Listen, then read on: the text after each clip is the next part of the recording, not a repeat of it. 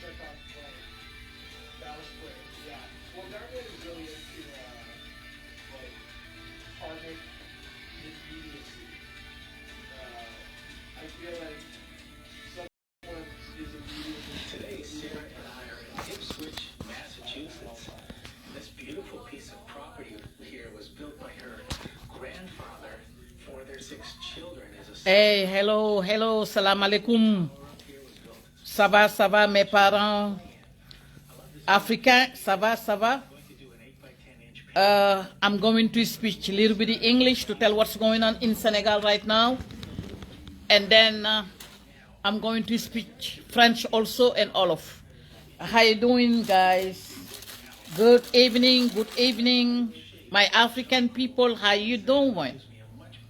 How are you today? Just share this life. I'll be happy to see you guys share this life, okay? Because sometimes something going on in Senegal, very deep. Something deep going on in Senegal. Okay? Yes, salut depuis Thaïlande, Bangkok. Je vais parler français tout à l'heure. Les gens qui comprennent français n'y vont nulle part. C'est des informations que je vais donner. Ce qui se passe avec notre gouvernement Macky Sall in Sénégal. Et je vais parler Wolof also. Donc, partagez, n'y va pas loin. I'm going to start English and then French and then Wolof. Wolof going to be my last, okay? How you doing? Good evening, brother and sisters. Good evening, my African people. How you doing? I just say hello to you guys to let you know. Je vais parler français tout à l'heure, Sultan Wallo, parce qu'il y a quelque chose qui se passe au Sénégal très grave. On a attrapé bateau plein d'armes, conteneurs plein d'armes, valeur plus de 3 milliards et quelques. Mes parents sénégalais l'ont attrapé au port ces jours-ci.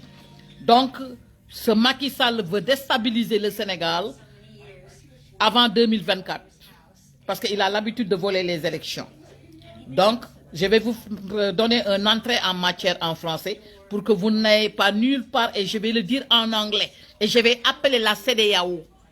La CEDEAO, je vais les appeler pour leur dire que comme ils ont des choses à sanctionner Mali, ils n'ont qu'à poser des questions à Macky Sall. Pourquoi on a attrapé bateau plein d'armes et un conteneur au port plein d'armes? Et quand tu amènes des armes, c'est pour tuer l'homme. Donc la CEDEAO, je vais vous interpeller, je vais vous appeler pour que vous posez question à Macky Sall. Qu'est-ce que le Sénégal, qu'est-ce qui se passe au Sénégal, qu'est-ce qu'ils préparent jusqu'à ils ont attrapé illégalement conteneur des armes et un bateau avec des armes. Ça y est dans notre média. Ils préparent quoi? Pour tuer les Sénégalais, déstabiliser le Sénégal ou bien amener une guerre civile? Donc la CEDEAO, je vous interpelle. Comme vous êtes là en train de sanctionner nos frères et sœurs maliens, moi je vais vous poser la question, je vous interpelle directement pour que vous veniez nous donner des réponses. Demandez à Macky Sall pourquoi on a attrapé un bateau qui a plein d'armes au Sénégal avec un conteneur qui a plein d'armes, des munitions, valeur de 3 milliards et quelques. Qu'est-ce que Macky Sall fait avec ces armes? Pour tuer les Sénégalais? Pour voler les élections? Ou pour faire quoi? Et pour faire plaisir à la CEDEAO ou bien faire plaisir à Macron? Donc c'est des questions que je vais vous demander, interpeller directement à la CEDEAO. Parce que vous êtes là en train de sanctionner nos frères et sœurs maliens. Pourquoi? Parce qu'ils veulent prendre leur liberté. Donc qu'est-ce que Macky Sall fout avec des bateaux de munitions et conteneurs de munitions qu'on a attrapés cette semaine-là? Voilà. Donc, il faut que mes frères et sœurs panafricaines sachent que cette semaine-là, on a attrapé au Sénégal, Macky Sall a fait rentrer bateaux d'armes, conteneurs d'armes, uniquement pour déstabiliser le Sénégal. Donc, j'appelle directement, et il faut dire ça à l'Afrique Média, j'interpelle à l'Afrique Média d'interpeller la CEDEAO, de demander à Macky Sall qu'est-ce qu'il a à foutre avec bateau d'armes et conteneurs d'armes qu'on a attrapés. Heureusement, au Sénégal, il y a des patriotes. Heureusement, quand tu vas au port, il y a des patriotes qui n'aiment pas voir Macky Sall tuer leurs enfants. Heureusement, au port aussi, les bateaux, ils ont attrapé pour lui montrer que le Sénégal, on ne veut pas, ils ne sont pas complices pour laisser Macky Sall tuer nos enfants dans la rue. Pourquoi? Pour rester ou faire son 3e mandat ou bien pour voler des élections, pour faire plaisir à Macron. Heureusement, il y a des patriotes au Sénégal. Heureusement. Donc, j'interpelle directement à la CEDEAO de venir demander Macky Sall, de sanctionner Macky Sall, comme il l'a fait. Ils ont fait de sanctionner le Mali, de sanctionner Macky Sall, parce que Macky Sall, illégalement, on a attrapé bateaux avec des munitions d'armes et conteneurs avec des munitions d'armes.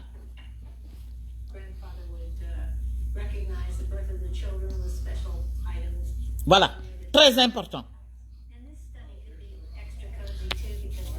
C'est pas des petites choses, il faut partager ce live, c'est très, très, très, très important parce que j'interpelle la CEDEAO. J'interpelle le président Ghana et je vais le dire en anglais pour que les Ghanéens comprennent. J'interpelle tout ce qui est président Ghana, Nigeria, tous ces présidents de la CEDEAO de demander, poser question à Macky Sall, pourquoi les Sénégalais on a attrapé bateaux d'armes et au port conteneurs d'armes. Quand tu achètes des armes, c'est pour tuer. Hein? On n'achète pas des armes pour le meuble, on n'achète pas des armes pour faire plaisir, c'est pour tuer l'homme. Donc, moi, je les interpelle directement parce qu'ils sont là avec leur grande gueule de sanctionner Mali. Et Macky Sall est parmi eux. Donc, il faut qu'il le pose question et faire une réunion extraordinaire à poser question à Macky Sall. Pourquoi au Sénégal, on a attrapé un bateau qui a plein d'armes et un conteneur qui a plein d'armes? Qu'est-ce que vous voulez? Déstabiliser le Sénégal ou créer une guerre civile pour voler les élections, pour se poser à 2024? Ou qu'est-ce qui se passe? Pour les poser question. Et une valeur de 3 milliards et quelques. C'est lui seul qui a l'argent du contribuable. Il n'y a pas quelqu'un d'autre qui a l'intérêt d'acheter des armes pour faire rentrer ça au Sénégal. C'est lui seul. Donc, j'interpelle d'urgence à la CEDEAO. J'interpelle tout ce qui est panafricain. J'interpelle tout le monde, tous les Africains, tous les Français, tous les gens qui m'entendent, de poser question à Macky Sall qu'on a attrapé bateau d'armes cette semaine-là et conteneurs d'armes pour déstabiliser le Sénégal, pour créer une guerre civile. Donc, la CEDEAO, si vous êtes là en train de faire le juge ou bien avocat pour sanctionner le Mali, vous vous trompez. Posez question à Macky Sall, il est parmi vous. Il est parmi vous. Donc, il faut les poser question. Qu'est-ce qu'ils veulent au Sénégal? Déstabiliser le Sénégal ou bien tuer les Sénégalais? Pour mieux voler les élections, pour mieux donner notre Sénégal à Macron.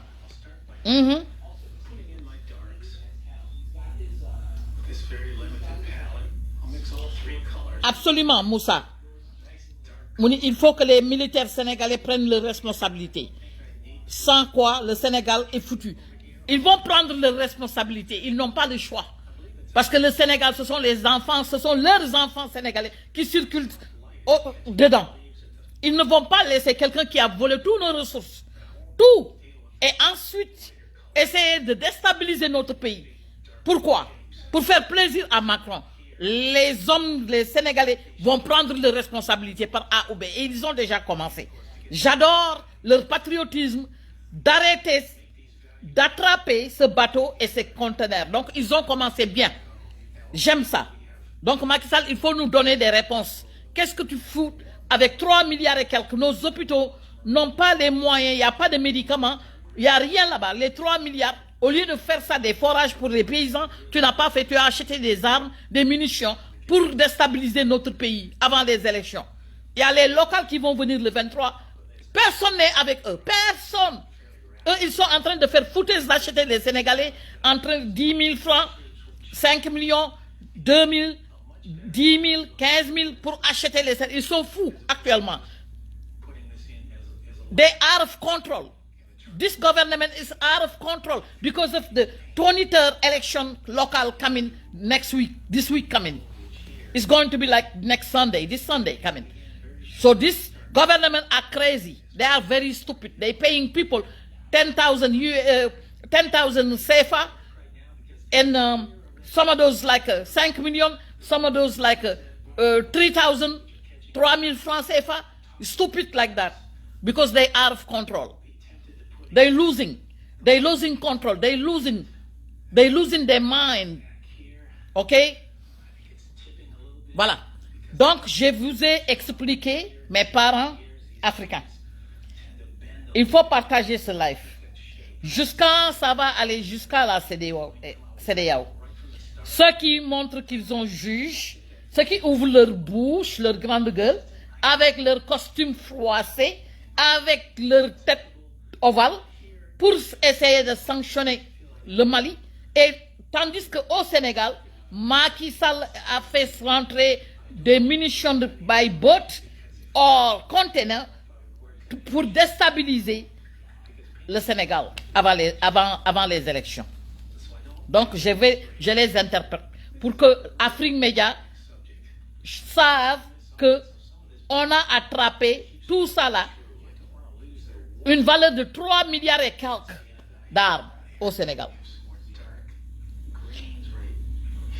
Il faut beaucoup de vigilance pour gérer, pour parer à tout ce qui trame dans le palais.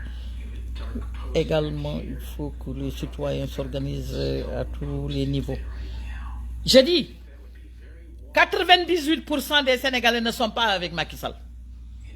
Les 98% des Sénégalais ne sont pas avec Macky Sall. C'est pour cela qu'ils ont arrêté les munitions. Si les gens étaient avec Macky Sall, ils vont cacher ou bien faire complice avec ces armes. Mais attention, l'arme va tuer vos propres frères et vos propres sœurs. Vous allez pleurer. Quelqu'un qui a volé tous nos ressources veut déstabiliser notre pays. Non. Donc j'interpelle la CEDEAO. Ça, c'est un live d'urgence. Ça, c'est un live d'interpellation. Je vous interpelle, je vous appelle solennellement de venir poser des questions à Macky Sall. Qu'est-ce qu'il en a foutu de mettre plus de 3 milliards d'armes pour le faire rentrer au Sénégal jusqu'à... Ils ont attrapé tout ça. Voilà. Bien dit. Il faut qu'on le déloge. Parce que, avec les élections maintenant, les gens sont prêts. Ces élections qui vont arriver là. Et les Sénégalais sont prêts. Et toute la préparation, ils ne vont pas dire ça à haute voix. Il va y avoir des surprises. Il va y avoir des surprises. Parce que enough is enough. Enough is enough. Il a volé les élections passées de 2019. Ils ont forcé un juge là de lire leurs propres résultats fabriqués. Ils ont fait le chantage à le juge Kangui là. Ça ne va pas se répéter. Cette fois-ci, les préfets là n'ont qu'à faire très attention. Ils ont affaire avec la population sénégalaise. Tous les préfets là, c'est eux qui vont faire les nasty, les sales boulots. Mais ils n'ont qu'à faire très attention. Les gouverneurs et les préfets là, les Sénégalais vous pointent le doigt. Faites très attention. Donc j'interpelle solennellement à la CEDEAO, à cause de ces armes, de nous donner des bonnes réponses. Parce qu'ils sont là en train de sanctionner le Mali de gauche à droite. Ils sont là, en train d'ouvrir leur grande gueule là et leur tête ovale là, d'essayer de sanctionner notre frère qui essaye d'être libre, de se séparer avec ces vagabonds qui ont structuré le Mali depuis 60 ans. Et la CEDEAO est là en train d'essayer de sanctionner ces honnêtes, dignes fils de l'Afrique.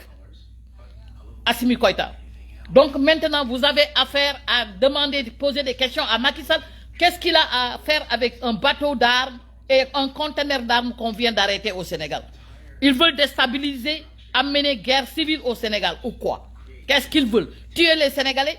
Donc, la CEDEAO, on vous appelle solennellement. Et je vais le dire en anglais. Mes frères et sœurs, partagez ce live, c'est très important. Partagez-le. Très important. Parce que aujourd'hui, c'est aujourd'hui. Le problème de Mali est là. Mali est sur la très bonne voie. Je vous félicite, nos frères maliens. Je vous encourage. Tous nos parents, là, c'est Maliens, Côte d'Ivoire. C'est le blanc même qui essaye de nous balconiser et de nous séparer et diviser pour mieux régner. Mais si on est intelligent, on doit savoir on est parents. On ne doit pas laisser ces foutaises de criminels, ces foutaises de voleurs qui volent notre sang, qui prend notre sang depuis 60 ans.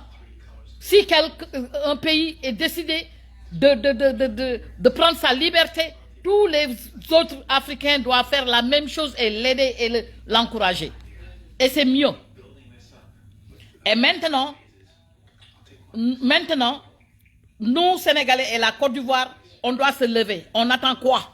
C'est le meilleur moment. Burkina Faso, on n'a qu'à se lever. C'est les bons moments. Parce que nous tous, quand on se lève ensemble, on va gagner et la France va nous foutre la paix. Il va nous foutre la paix. Assez, assez. 9 is enough. 60 ans, c'est trop. 60 ans. On a assez souffert. Tous nos ancêtres sont morts à cause d'eux. Maintenant, on doit faire un travail exemplaire pour protéger nos enfants de demain. C'est nous qui doivent faire ce travail. Assimi Goïta l'a fait, Sénégal doit le faire, Côte d'Ivoire doit le faire, Burkina doit le faire, Tchad doit le faire, les autres là. Bénin, tout ça là, ils n'ont qu'à se lever. Before too late. L'union fait la force d'être free. Et quand on est free, nous tous maintenant, on va se fédérer. On va se concerter et fédérer. L'union fait la force. Pourquoi pas? Et faire comme on dit, les routes là, entre states là. C'est-à-dire quand tu te quittes pour aller à Burkina, ça sera facile. Tout sera facile avec beaucoup de sécurité, des lampes, tout ça là. On a de quoi. Et ensuite, je vais vous dire autre chose. L'Espagne là, Italie ou Espagne, en train de donner 70 000 visas pour récupérer nos enfants africains pour qu'ils viennent développer leur pays après le Covid. Et nous, Afrique, et la jeunesse, arrêtez. Il faut qu'on réfléchisse. Ces visas-là, quand l'Espagne vous donne ça, c'est pour aller les développer et vous laisser nos ressources et notre pays derrière. Ça, c'est foutaise encore. C'est foutaise. L'Afrique a besoin de sa jeunesse. On n'a qu'à faire face à ces brigands-là pour les déloger et prendre notre destin en main. De ne pas aller en Italie avec des visas et être sous le soleil. On nous maltraite comme des esclaves et eux, ils développent et nous, on est toujours derrière. Et on a tout pour être heureux en Afrique. Moi, j'ai vu l'annonce de 70 000 visas. Ce n'est pas des bonnes choses. Hein. Chez nous, on n'a pas besoin de travailler pour le blanc comme des ânes. On a tout. On n'a qu'à retourner faire face à nos gouvernements de foutaises là pour les mettre dans pour les chasser et prendre des bonnes personnes et chasser la France et travailler pour nous avant de prendre ces visas pour aller encore travailler pour les Espagnols comme ça là. Non. On est à 2022. Tout doit être changé. Tout. Okay? Okay. So, brothers and sisters, I just let you know something very bad, danger going on in Senegal. That's news. There's a news going on in Senegal. We just catch one container armed and one boat full of arms. Macky Sall spent too much money, 3 milliards francs CFA cost down right now. So we calling CEDEAO to come. We need CEDEAO answer to come to let us know why Macky Sall bring one full of boat arm and one container arm. They just catch it. One from the port, the other one from the sea, nearby the sea. So what the Macky Sall want for the Senegalese people? Macky Sall plan to kill us or to bring a war, very deep war in Senegal? So what his plan? After he take all our resources to give a Macron, CEDEAO, we call you solennellement to come, give us answer. Because right now, You give too much sanction in Mali, and then Macky Sall turn around to bring an arm. We just catch one full of containers, arm and a bird this week. So, CEDEAO, we call you to talk and ask Macky Sall what is his plan, what he planned to do to Senegal, to kill us. What his plan? Because he's a danger now. That's a very illegal. He don't have no right to bring an arm in Senegal. Nobody don't know what his plan. And then this election coming in the 23rd this week. So he planned also to stealing all this election. But all the Senegalese people are ready to fight for it. So I just let you know, if anything happened to this election, that's his responsibility. Because he don't want to do right, he don't want to act right. Macky Sall don't want to do right, he don't want to act right. He tried to buying people in the street, give them 10,000 CFA to vote for them. He bring all the money to share it in the street, to throw the money in the street. I never see something like that in my entire life. That's so nasty. That's what the Macky Sall do. So anything happening to that election, Macky Sall going to be big time responsibility. So I call the CEDEAO to come forward to tell Macky Sall the truth. He tried to kill Senegalese people. Okay?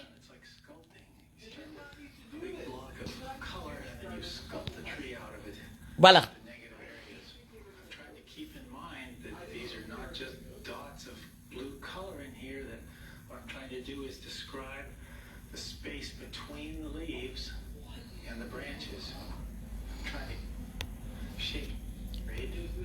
Moi, je n'aime pas voir des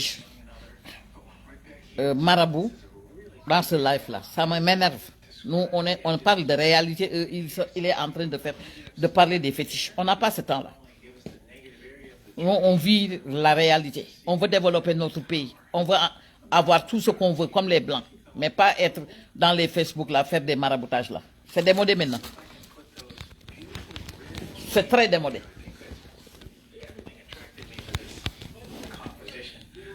Voilà. Like. Ok, je vous félicite pour ce travail extraordinaire que vous faites pour informer, éveiller les citoyens. Par contre, j'aurais bien aimé que vous fassiez des vidéos courtes sur les bateaux d'armes. Non, on va revenir. Qu'est-ce va faire live mercredi, demain? Et on va revenir pour les exposer. For the whole world need to know what happened to Senegal. Que on a arrêté. We just catch like one full of boat of arms and one container full of arms, and the money price cost is around like 3 milliards CFA. So what the Macky Sall tried to do in Senegal, he want to kill the Senegalese people before he leave, or what he want. Okay, because the whole world need to know Macky Sall is in danger right now, because that's not good. So I call CEDEAO to come forward to explain what happened, what the plan, Macky Sall plan, what he's planning. Okay, because CEDEAO always open his mouth to talk about sanction Mali. Now CEDEAO just talked to Macky Sall, asked him what he want to do, what his plan for this arm, but because that was too much. Okay, and we have an election going on, local, this Sunday coming, on the 23rd. So they are very losing. This government are losing it. They're out of control because nobody support them. Nobody support them. If they try to steal this election, it's going to be big fight in Senegal. Bigger fight. Big, huge fight. Believe me. So, however, be careful and watch out. I just called CEDEAO to come talk to Macky Sall to be careful. Do not, create tension or something, you know, because what I feel is not good. They out of control, they in the street, bring too much money, give a people, share the money like that, like a crazy, like a stupid, for people to support them. You know, in the country, nobody don't have attention medical. You know, in the villages, they don't even have a light. People is still have a baby, women still have a baby in the chariot or something somewhere, you know, and dying just like that. Now they have too much money to spraying money in the street for people to support them or vote for them. But it's not going to be like that. Thing going to be changed because people are wake up. Senegalese people are wake up. The whole Africa have to be wake up to do like Assimi Koïta. You know, that's it. We are in the 2022. All right.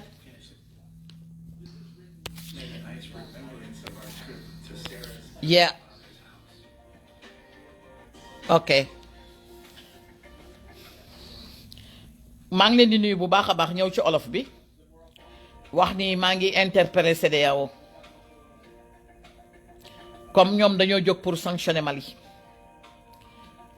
léegi nañu laaj Macky Sall lan lay doyee bateau bu def arme bi ñu jàpp ak conteneur bi def arme ba fees bi ñu jàpp valeur de 3 milliards et quelques may remercier ba tey sama frère sénégalais yi yaa toujours am na ay patriotes ci biir Sénégal ñoo xam ne duñu ko seetaan muy jël ay armes di ko jox ay nitam ñuy rey nit ñi di créer guerre civile di yàq suñu dëkk di ko déstabiliser may gërëm ñooñu wax leen c'est des personnes responsables c'est des hommes dignes et patriotes maa ngi leen di gërëm di leen sant di leen encourager ci geste bu rafet boobu ngeen def ba arrêté armes yooyu noonu ngeen jàpp ci bateau bi ak armes yooyu ngeen jàpp ci conteneur bi wane ne toujours Sénégal am na ay nit a nga fa parce que bu ñuy rey seen ay propre doom la ñuy reyaat seen sœur ak seen frère te ay nit ñi ngi koy jox ay personnes irresponsables ba pare drogué leen la ñuy jox arme yooyu ñoo xam ne ni jànguñu militaire jànguñu arme jànguñu dara dañ leen a jox tuuti exercice drogué leen jox leen arme ñuy dox di rey nit ñi ci mbedd mi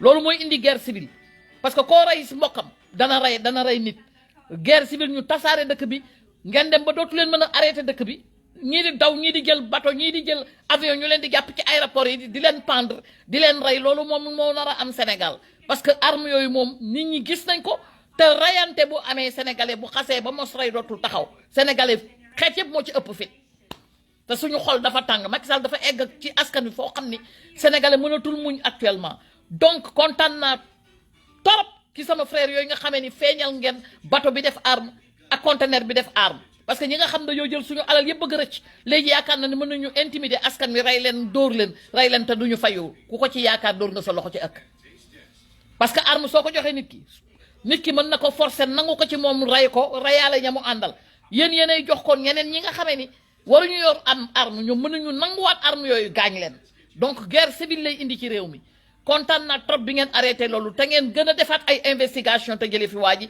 parce que danger la ci Sénégal danger bu garaaw la ci Sénégal lu leer nag laa leen di wax fi ñu toll nii may kontaan encore ci gestes yu rafet yooyu ngeen def na ko ñëpp yëg élection yi nag yéen a ngi fab alal ji di ko sànni ba Farba Ngom di sànni xaalis ci mbedd mi pour la première fois may gis ñu fab xaalis di ko sànni ci tali bi man loolu ci film rek laa ko daan gisee te man xaalis yi ma daan gis ñu koy sànni ci mbedd mi ay faux kayit lay doon kayitu joué yi nii lay doon mais vrai xaalis di ko sànni ci tali bi ci Sénégal gi nga xam ne dañoo xiif Sénégal gi nga xam ne fajuwuñu Sénégal gi nga xam ne lekkuñu Sénégal gi nga xam ne naanuñu Sénégal gi nga xam ne suñu doom yaa ngi dee ci diggante bi di dem Sénégal gi nga xamee ne tey ji espagnol yaa ngi woote 70 000 pour joxe visa ñu dem développer Espagne bàyyi Sénégal ma leen di wax bu benn jeune dem visa yooyu visa njaam la bu mu jàmm toog leen seen réew am na lépp pour être heureux bu leen dem Sénégal dafa soxla jeunesse am Ousmane Sonko sonn na dem leen jëli seen carte Ousmane Sonko sonn na nee na ngeen jëli seen carte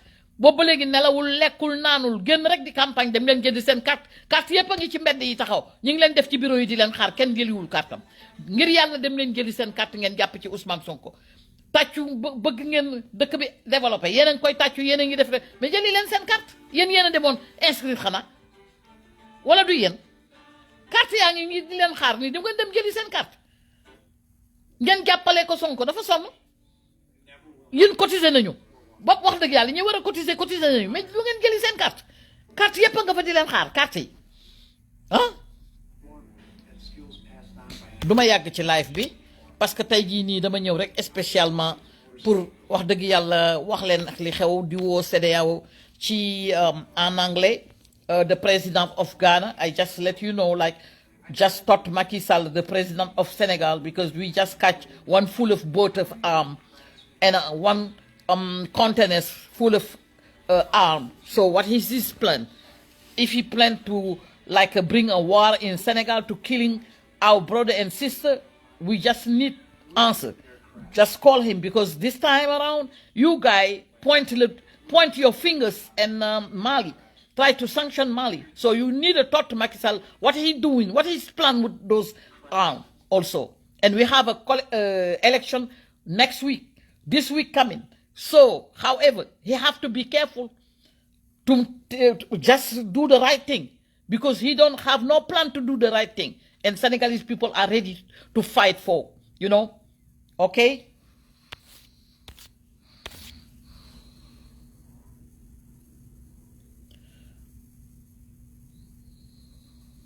Maymuna maa ngi lay nuyu bu baax a baax a baax soo bëggee dugg mën naa laa dugal léegi nii nga wax yaa ngi ci biir Maymuna mën nga wax sa soxla léegi yaa ngi ci biir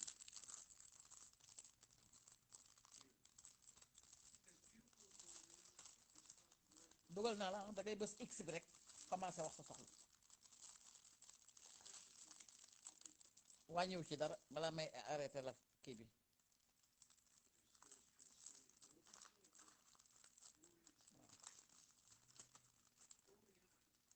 da ngay dugg bës x bi su ko defee nga wax sa soxla numéro man awma numéro fii ama benn numéro bu may joxe fii balaa live bi di jeex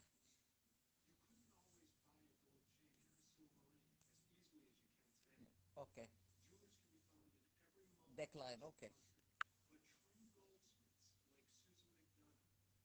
mu ne congratulation ya asu proud of you waaw congratulate seen bopp xeex bi pour ñëpp la ça nous concerne tey armes yooyu bu rëccoon ba dugg di ngeen xam ne lépp dëgg la dinañu rey ñu bare te doo xam fan la armée yi di jaar te ñi mënul tiire nag lañ koy jox fay leen 20 000 drogué leen def leen ay sulaat waaw ñii nekk Casamance di rey nit ñi ñii nekk fu leen neex di rey nit ñi sàcc élection yi di rey nit ñi parce que li ñu bëgg au fond police du leen ko defal gendarmerie du leen ko defal moo tax ñu indi arme jox ko ay nit yoo xamee ni ci suñu biir ay milice pour ñuy rey askan wi rek mooy seen plan drogué leen jox leen kenn ku ne 20 000 francs waaw ci kanam ok su ngeen bëggul wax baax na comme d'habitude rek moo tax 60 ans ñu ñuy def mbuumu jaam ñii dañuy wax ñii bañ a wax waaw wax sa xalaat dara nekku ci noppi gi ñu noppi nii moo tax ñu ñuy yàpp anyway man def naa sama waru gar lu waaye def rek sa bopp nga ko defal ok maa ngi arrêté live di leen nuyu di leen tàggu di leen wax bye bye l'essentiel sa partage leen ko sama message dina jàll